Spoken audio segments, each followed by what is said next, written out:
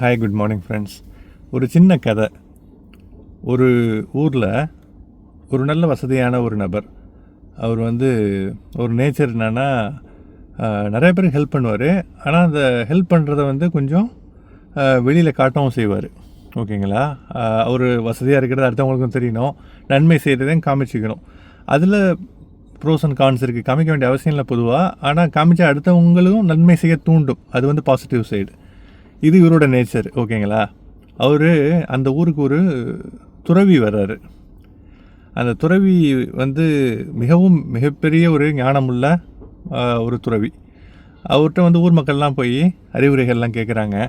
அப்படி கேட்டுருக்கிறப்ப இவரும் போய் அந்த துறவிகிட்ட அவர் மனசில் நினச்சிட்டு இருந்த ஒரு விஷயத்தை கேட்குறாரு. அது என்னென்னா, ஐயா, நான் ரொம்ப வசதி, என்கிட்ட நிறையா பணம் இருக்குது, நிறைய பேருக்கு ஹெல்ப் பண்ணுறேன்.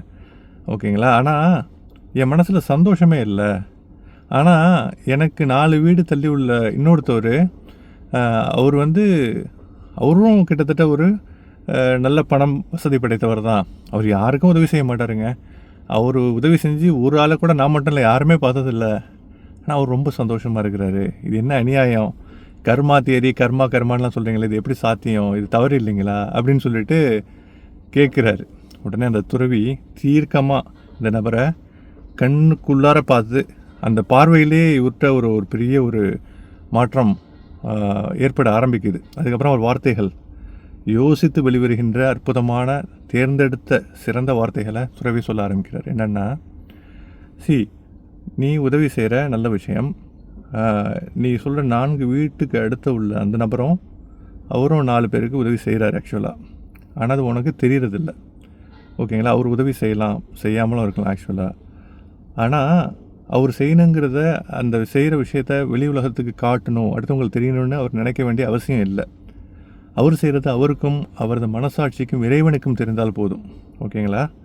அப்போது அவர் உதவி செய்யலைன்னு நீ ஒரு முடிவுக்கு வர்றதே உன் பக்கம் மிகப்பெரிய தவறு.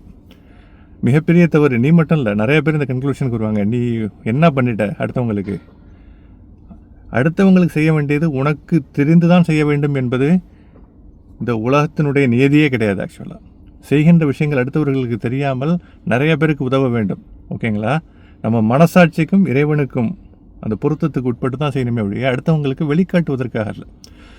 ஒரு சில சந்தர்ப்பங்கள் நம்ம ஒரு சில விஷயங்களை செய்கிறப்போ அது வெளியில் தெரிஞ்சு, நம்ம அதாவது வேணும்னு செய்யாமல் செய்கிறப்போ ஏதோ தெரிஞ்சு அது அடுத்தவர்களால் பார்க்கப்பட்டு உந்தப்பட்டு அவங்களும் நல்லது செஞ்சாங்கன்னா சந்தோஷம். ஓகேங்களா? அப்போது நீ வெளிப்படையாக தெரியணும், அடுத்தவங்க தெரியணுங்கிறதுக்காக செய்கிற. ஆனால் அந்த நபர் உன்னை விட அதிகமாக உதவிகள் செய்து கொண்டிருக்கிறார். ஆனால் ஒன்றுமே யாருக்குமே தெரியாது ஆக்சுவலாக.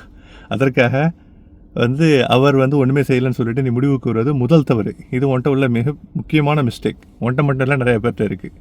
துறவி அடுத்த பாயிண்ட்டுக்கு வர்றாரு. அவர் சந்தோஷமாக இருக்கார், நான் சந்தோஷமாக இல்லைன்னு சொல்கிறேன். சந்தோஷங்கிறது ஒரு பொருளினாலோ, ஒரு சிச்சுவேஷன்னாலோ, ஒரு சூழலினாலோ நமக்கு கிடைப்பதல்ல. சந்தோஷம் அப்படிங்கிறது ஒரு மனநிலை. இறைவன் கொடுத்த அற்புதமான ஒரு ஆசீர்வாதங்களை, பிளெஸ்ஸிங்ஸை, அருட்கொடைகளை நினைத்து மனம் மகிழ்ச்சியாக திருப்தியாக இருப்பது. அது யார் வேணாலும் எப்போ வேணாலும் அடைய முடியும். இந்த செகண்டில் கூட அடைய முடியும். அவர் அதை செஞ்சுக்கிட்டு இருக்காரு. மகிழ்ச்சியாக இருப்பதனுடைய கலை அவருக்கு தெரிந்திருக்கிறது. ஆனால் உனக்கு சரிவர தெரியவில்லை. நீயும் மகிழ்ச்சியாக இருக்கலாம். உன்னுடைய 2வது கொஷனுக்கு ஆன்சரே இதுதான். நீ அவர் செய்யாததுனால மகிழ்ச்சியாக இருக்கார், நான் செஞ்சு மகிழ்ச்சியாக இல்லைன்னு சொல்கிறேன். ஆனால் இது 2 விஷயங்கள் இதில் தொடர்பு இருக்குது. அந்த 2 விஷயத்துக்கு தான் உனக்கு விளக்கம் கொடுத்தேன் அப்படின்னு சொல்கிறாரு. எவ்வளோ ஞானம் தோய்ந்த அறிவார்ந்த வார்த்தைகள் இல்லைங்களா? நிறைய பேர் நம்ம அப்படி தாங்க ஆக்சுவலாக. ஓகேங்களா? மகிழ்ச்சி தெரியும் ஓடிக்கிட்டே இருக்கும். ஆனால் இந்த செகண்ட் நம்ம நினச்சா மகிழ்ச்சியோடு இருக்க முடியும் பல விஷயங்களால். இன்னொன்று, அடுத்தவங்க ஒன்றுமே செய்யலைன்னு சொல்லிட்டு ஜம்ப் பண்ணுறோம். We are jumping to conclusion. அடுத்தவங்க உங்களுக்கு தெரிஞ்சு தான் செய்யணுங்கிறது எந்த அவசியமும் இல்லை ஆக்சுவலாக. ஓகேங்களா? இந்த 2மே நீங்கள் ரிலேட் பண்ண முடியும். டே டு டே லைஃப்பில் நம்ம ஊரில் நம்ம மக்கள்கிட்ட நிறையா நடந்துகிட்டு இருக்கிற ஒரு விஷயம். நீங்கள் என்ன நினைக்கிறீங்க? உங்கள் கருத்துக்களை பதிவிடுங்கள். தேங்க்யூ கைஸ் ஃபார் வாட்சிங்.